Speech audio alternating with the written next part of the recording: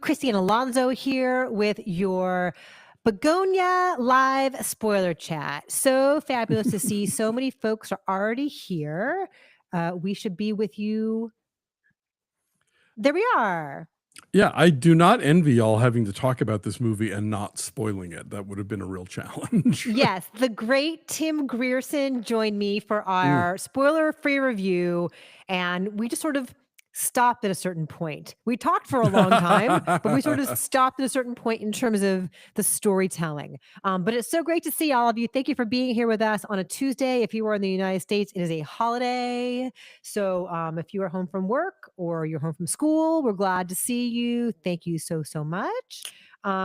This is our spoiler talk. Alonso, I'm so glad that you were able to see Bugonia finally. And were you able to get into it without any spoilers? I was, yeah. I had managed to avoid hearing anything about it. And I'm so glad that I did, because I really think a lot of the film's tension is built upon not knowing who to believe or what is true. So yeah, if you have not seen the film, really, maybe don't be here for this. Yeah, I mean, I'm assuming if you guys are here, it means that you have seen Bugonia and you know what happens. I mean, some people just like spoilers. I guess, and if that's you, great. Then welcome to you as well. Thanks to all our friends saying that we look and sound good. We always appreciate it. So let's get into it. She's an alien. Boom. Ta-da! Jesse Plemons was right. Emma Stone is an alien.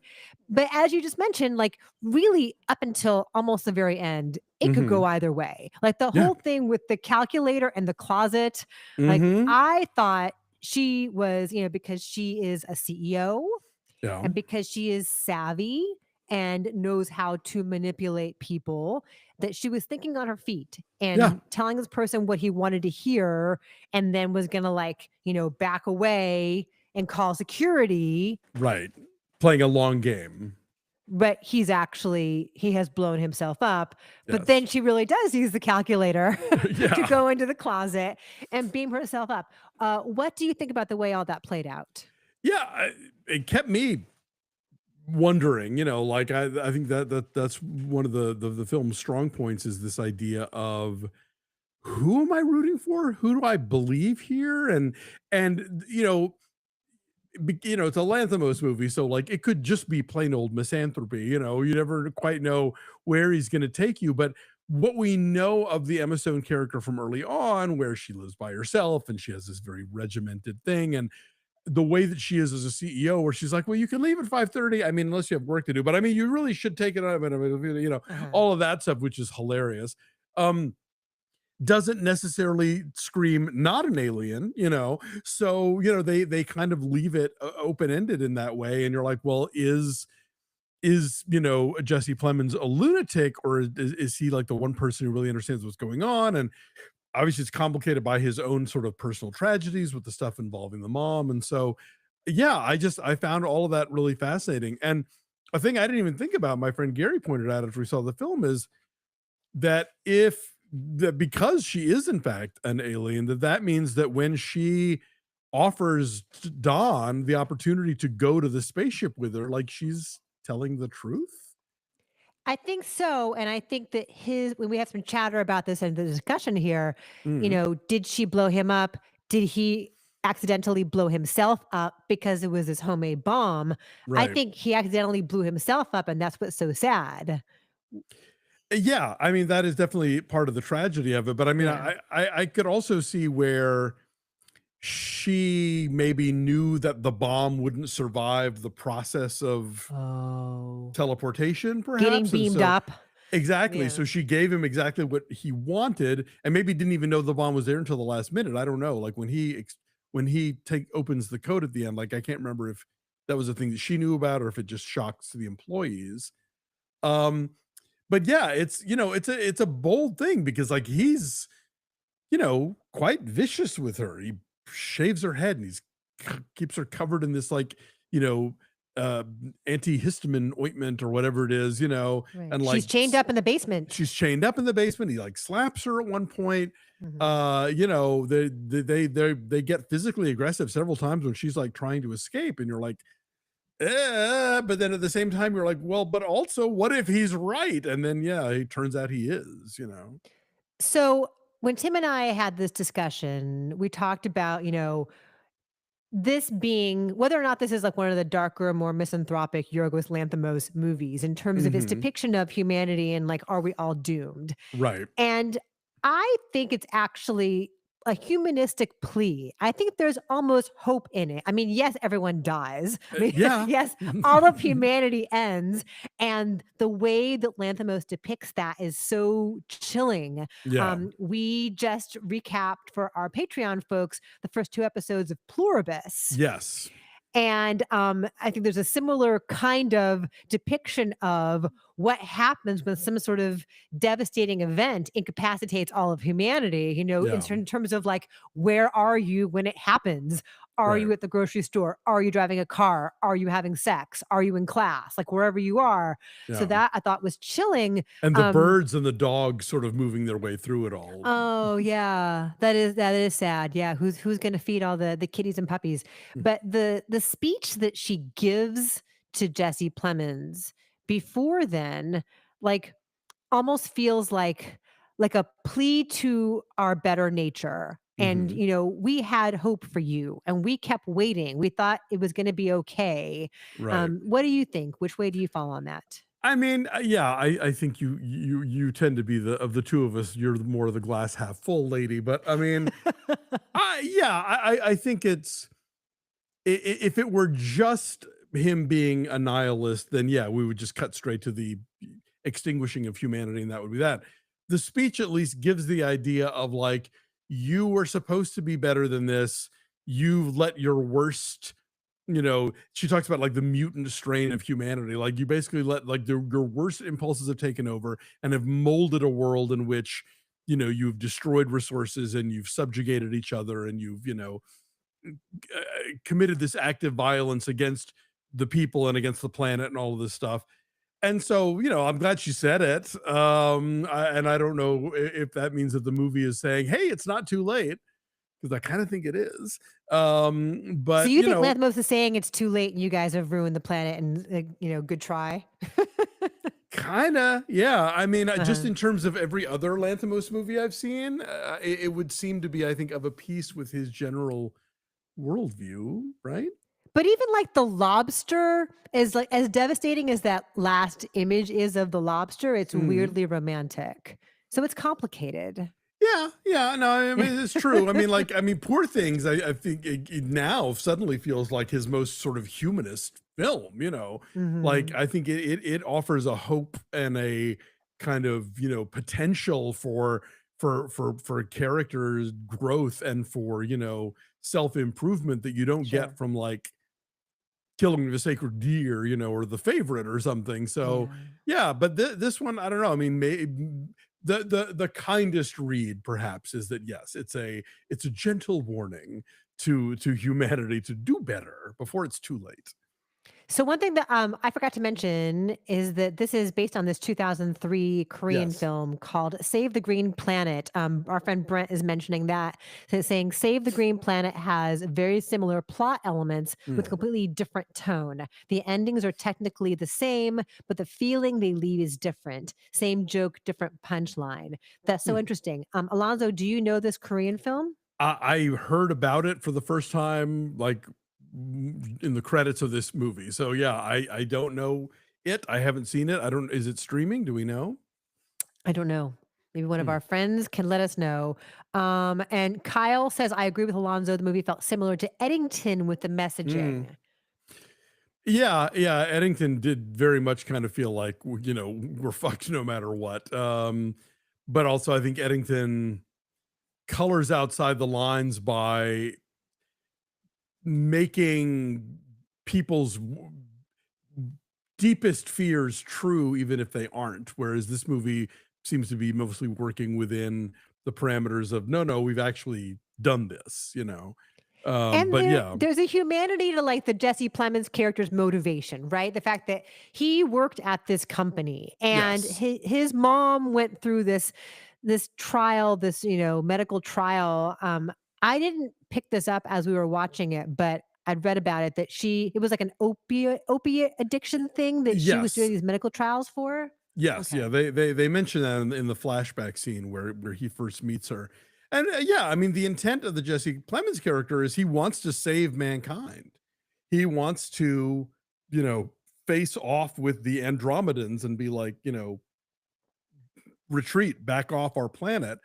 Um, and, I don't quite know what to make of the whole thing about that he was, I guess, molested by the sheriff when he was his babysitter? Yes, by The Stavros Halkias, yes. I Yes. do think that is what happened, and, that seems to be understandably something that has screwed him up, well into Yeah, adulthood. it's a trauma, definitely. I think I guess we're meant to read into it ourselves, like, how that's a motivating factor for him, you know?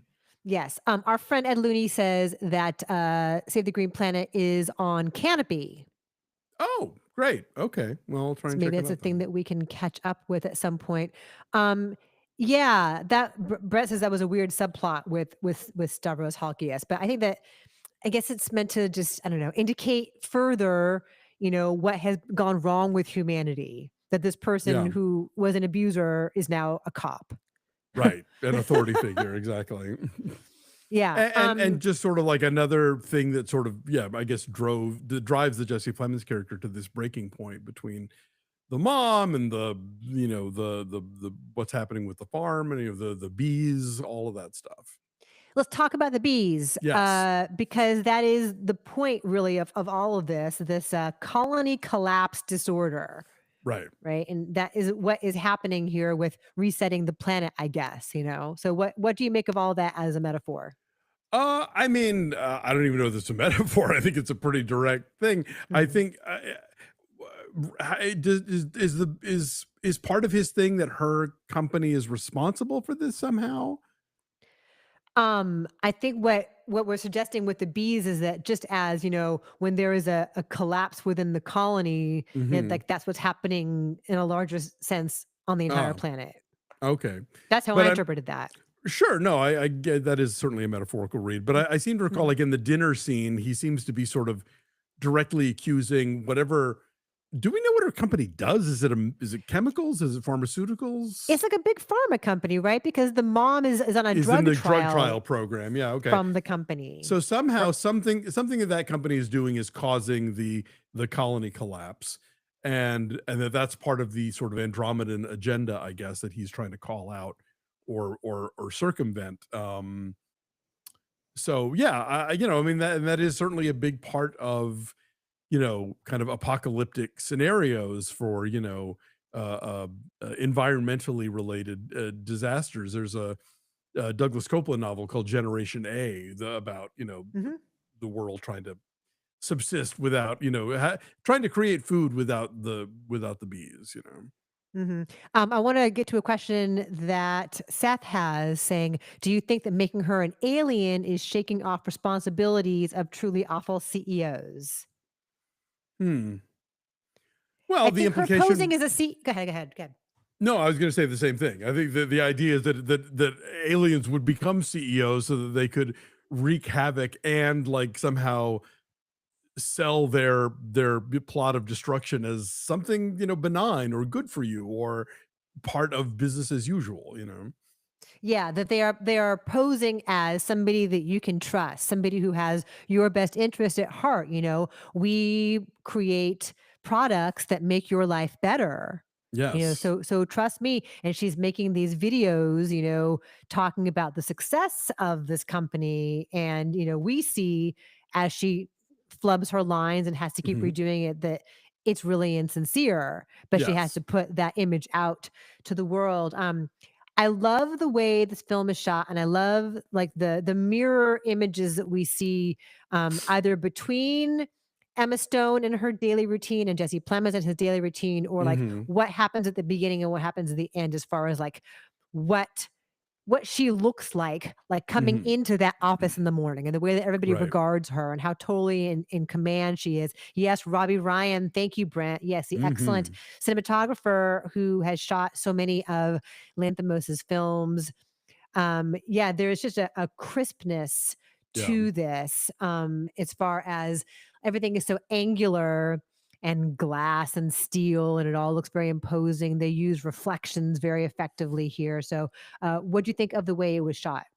No, it's great. I do love that whole opening montage where she's like waking up at 4:30 and doing her, Krav Maga or whatever, and running on the treadmill, and Plemons is trying to do like his yoga or whatever. And I really the actor who plays Don, by the way, Aiden Delbus is so good in this, and Yeah, such a natural screen presence. Is his first film, but I think like really relatable and really, provides a lot of the emotion. I think because he's between these two characters who are very kind of fervently pushing one thing, which is like, she's trying to escape, and Clemens is trying to like break her and trying to, kind of make this thing happen. And he's kind of the heart of the picture in a lot of ways. But yeah, I love how gleaming and sterile her world is, and how sort of homey, literally, like, this sort of old house, and these kind of old, all the furniture, all the even the TVs and stuff are like decades old and kind of lived in, and everything in hers is sort of gleaming and spare. Um, and this really the film, I think, takes advantage of the fact that a bald Emma Stone kind of looks unearthly. yeah. There Her is some eyes. yeah, there is something very sort of like otherly about her, in her look in that. And so, yeah, I think that Ryan knows how to bring us into these very strange worlds that Lantimos very often will create, and he does so here. I think, even though ostensibly we are in recognizable places, whether they're office buildings or this farmhouse or whatever, but the fact that like I like all those shots of the security of her house and of the company, and the gates and the driveways and all those overhead things, give it a sense of like, yeah, maybe this is a secret, you know, s- flying saucer base or something. Jeffrey points out also shot on VistaVision, like Yes. one battle after another, Yes, and the Brutalist. It's and The Brutalist. and was Frankenstein also? I don't think so. Okay. Yeah. No, VistaVision is the hot new, even though it was invented in the 50s. It Uh, is very old. Yeah. Overfather points out the critique on CEOs is in Emma Stone's line, "You can't beat me because you are a loser and I'm a winner, and that's fucking life," when they fight. Like he never had a chance. Like Jesse Plemons never right. had a chance because he's poor and living on the outskirts of this, affluent world here. Yeah. No, it's true. I mean, like, and I think that obviously so much of environmental catastrophe is driven by, sort of ruthless capitalism that doesn't really care about, the long-term effects on the human race. Until Aaron Brockovich comes along That's right. and files some lawsuits. Yeah, Matt says this might be my favorite movie of the year so far. Mm. Um, where is it for you as far as how the year is shaping up, or compared to other Yorgos Lanthimos movies? Uh, I mean, Poor Things is probably still my favorite. I think that was a film that I was just really excited by and really thought was just rich in a way that I still kind of carry with me. I like this one a lot. I think it's going to be up there when I'm thinking about my top 10. Like, I haven't really Mhm. started trying to nail that down yet, although it's all coming up soon. But there's just still so much more stuff to see in the meantime. But yeah, Yeah. I think this is one of his more provocative films. I think that I'm glad that he is making movies that force audiences to ask questions about different Mhm. things, whether they are about the films themselves and the way that he tells a story, or the way that or the worlds that he creates and how they relate to our own. We just watched Mr. Scorsese, and there's that whole chunk where, like, after Kundun and Bringing Out the Dead, like, nobody wants to make movies with him, but then suddenly Leo DiCaprio is like, "No, you're my guy." And that's what gives Scorsese this sort of late career bump, is making all these movies with DiCaprio, who everybody wants to work with and can get whatever he wants made. And so I kind of think Emma Stone in the same way is like, you are my guy, Yorgos Lanthimos, and I'm going to get these movies made, and we're going to like give them a profile that they wouldn't have otherwise because I'm Emma Stone. And they're So I, so weird. They're except The yes, Favorite seems more palatable because it looks like a world that we know from like sure. stuffy prestige pictures, but it's Yeah. actually really raunchy and mean. Yeah. But like you get the kinds of kindness in this, and it's like these are really not, sort of like cookie cutter studio movies in any way. And Emma Stone is totally like not just producing them, but like the stuff that she is asked to do in these films, she's really throwing herself in and clearly like committed to, this guy's vision and what he does and how he creates these films. And so it's cool when somebody who has that kind of box office Right. clout doesn't choose to play it safe and is like, no, my brand is actually built on my willingness to take chances like this. She got a second Oscar for Poor Things, for working with this guy. So it's not just like, oh, I'm magnanimously supporting art. Like she gets it. She has more of a shelf life if she's not just like the pretty girl in the pretty girl movies, but like is doing, you know, shooting for the back fences, stuff like this. Yeah. John Hobbs says Emma Stone singing in the car is my spirit animal. I love the down shots of the CEO looking up, making her look like an alien. Yeah. So there becomes a point where she's always looking up at Jesse Plemons and he's always looking down at her. And those are the camera angles. And that is the Mhm. power dynamic. Whereas when we first see Emma Stone, it's a She's low angle shot and she's astride like walking. Colossus, yeah. Right, she's striding purposefully through this, like, glass corridor, and everyone's, like, saying, "Good morning. Good morning, Michelle. Good morning, Michelle. Good morning," and she's very magnanimous, "Good morning." I like that a lot. I love the choice of that song because the way she's singing it is so not what the song is about. That's not what "Good Luck, Babe" is about, I don't you know the know? song, so you'll have to. It's like saying good luck to somebody who is closeted and is fearful of coming out and being their true selves. I see. And she's singing it in sort of like a taunting way, like, "Good luck, babe." Yeah. So it seems like it has a different kind of tone to it there. Um, David's asking Alonso, what will be your number on Bugonia since you weren't there to review it with me? Probably like an 8.3. Yeah, Mhm. it's good. I liked it a lot. Yeah. I'm Snowy still thinking Taco about says, it. I was, yeah. Snowy Taco says, I was always giddy during this because is she or is she not an alien? They played it so well. Like, yeah, you really, really don't know. And then I love the fact that when you do find out, she's not just an alien. She's their queen. Yes. She's the queen bee who thinks the planet is so fucked up that she's got to go down there and fix it herself. And I want one of those like giant cable knit onesies so that the aliens so wear. cozy. So Yes. cozy. I love all the costume design because it's such a departure structurally and in terms of color Mhm. from and in terms of texture from like the all business power suit that she's Yes. wearing and the heels and all of that. And it looks so silly, but it's so specific in like Yeah. that she has to emerge from the goo. Well, and then that dress they give her that clearly was Mhm, like the mom's, is just so mhm. like wrong for her and completely different from what, her like actual look. Yeah.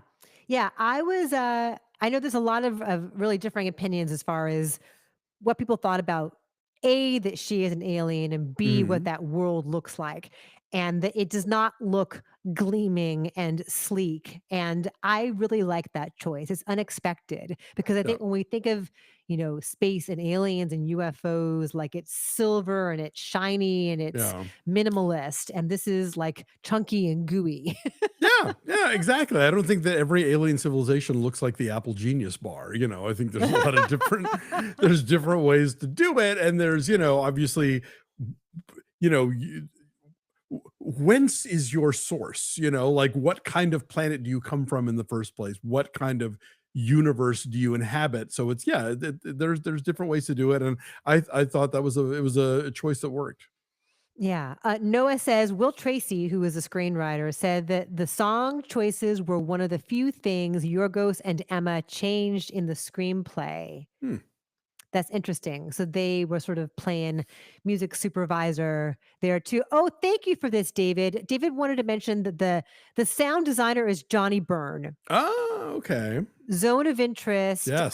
Oscar winning, every award winning. We gave Yes. him a special award We at LA did. Film We Critics did for indeed. this for the sound design.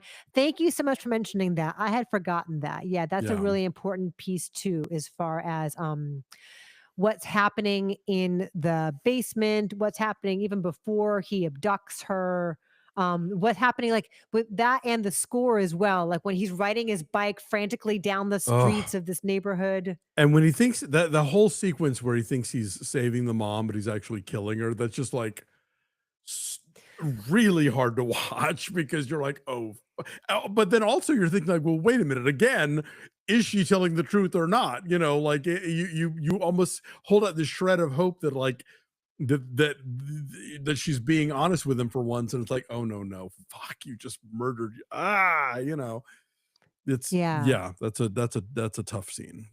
I figured that she was just having him kill his mom, I figured that that too, she but was manipulating I him. wanted to hold on to a shred of possibility that it wasn't just because I was just like so like because you're just watching it happen step by step and with such intricacy, you're like, oh no, oh no, oh no. Yeah. Overfather mentions that Johnny Byrne has done all Yorgos Lanthimos movies, and he works mostly with him and Jonathan Glazer. So Mm. thank you for mentioning that. And then Pigs on the Wing says top class performances and loved how it was shot, but third act kind of turned it too much on its head for me. Just didn't find what it had to say very interesting or stimulating. Yeah, I mean, it's a risk. It's a bold choice, and people are going to have lots of thoughts about it, and that's why it's so fun to be able to talk Yeah, with you guys today to figure out what do you think, because it's not the kind of movie that you just see and you're like, "Oh, let's like all right, go on with the rest of your day." Like you want to right. talk about it with people. I I was just thinking, do we need to have a House of Dynamite spoiler chat? Oh, yeah. Maybe, because there's Because so I much we have didn't wanna say there because I too. have thoughts there that I want to get into that I think about why I think what I think works in that movie that a lot of people have a problem with, but I won't bring them up now because we didn't tell people that's what we were going to talk We didn't, yeah, but now about it's on Netflix, so a lot more people have seen it. We for reviewed it for sure. its theatrical release, so that is that, yeah. Brent says he realistically should have been caught at the hospital. Right, he just sort of, like, scampers out of there, and they don't catch him. Yeah, but I mean at the same time, it's like this is this small little hospital out in you know kind of it's like out in the country is probably understaffed, and Yeah, maybe they knew him because he'd visited his mom there before. Like I bought it. Like, yeah, yeah. sure, you would think that somebody would catch on, but like I could see where he would sort of slip in and close the door and nobody would notice for those key few minutes, unfortunately. Yeah, I figured just, like, they're not equipped enough. It's a small hospital, Yeah. it is not clockwork there. Is this Atlanta? Did they shoot this in and around Atlanta, do you know? Oh, maybe I'm trying to remember if while I was watching it that rang a bell to me or not. I mean, I wouldn't be surprised because that is a thing that happens a lot. Let me look on IMDb and see if it Yes. George says. says, "Hello from Toronto. Hope I didn't miss too much. Jesse needs to get an Oscar nomination." Yeah, I can imagine that. I can imagine because he's so good, and it's such a crazy role, but you also really feel for him, and he Yep. has to keep you guessing. Yes, it was shot in Atlanta. Oh, including East Point, where I grew up. Oh, did you But also, recognize any of it? not really, no. But also partially in England and on a beach in Greece. So, a little bit of everything. But yeah, Griffin, Georgia, Atlanta, Georgia, East Point, Blue Star Studios in Forest Park, and Ellenwood, Georgia. Interesting. Kyle's got a good question that I want to get to. Mhm. Looking back, do you think the jars with human remains in the back room were actually aliens? The That's a good jars of human question. remains in the back. Yeah, Right? Like before remind she's me. leaving, she's escaping, she finds this room, this hidden room in the basement. Oh, right. And it's Yes. jars of like people's body parts and stuff. And there's a whole Yes. binder. And She's horrified seeing it. Yeah. I think they have to have been aliens because she's so deeply distraught when she finds it. Like if it were just Right. people, I She'd don't be think like, she'd whatever. care. No, I think you're right. They're probably fellow Andromedans. Um, and yeah, because like he's got the book on it, like he's clearly done his research on this, which I guess that is sort of the Eddington comparison here. Like, he is this, it's very easy to think of for most of the movies as sort of like lunatic conspiracy theorist who believes in aliens. And then you find out, oh, no, wait, you're right about everything. Yes. Okay. So we have a little more clarification here. So George says two of them were confirmed. And Overfather says he says only two were aliens, which means he killed many people and he Oh, managed to find two Andromedans. gotcha. Okay. Right. Because she's so upset by what she sees. I don't think she'd be so upset about all humans Right. because she doesn't seem to have much of an empathy, right? She's looking at it in a very clinical, analytical way. Yeah. John Pawson says that I took the end was the very definition of begonia, e.g., flies emerging from the dying body of cattle. Yeah, that's true. The humanity is dead, but the bees do thrive and live on. Dave pointed out he wrote about this on his newsletter Sluggish over on the Ghost platform.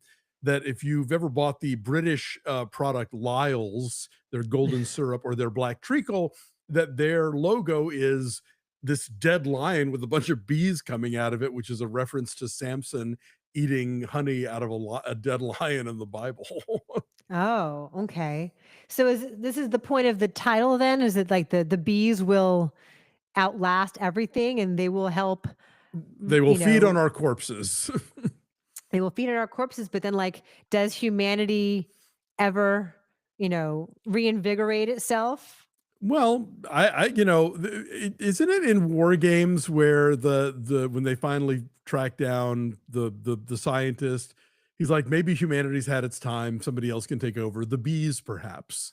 Okay. So maybe the function of humanity is just to provide, shelter and sustenance for the bees that will then become the dominant species.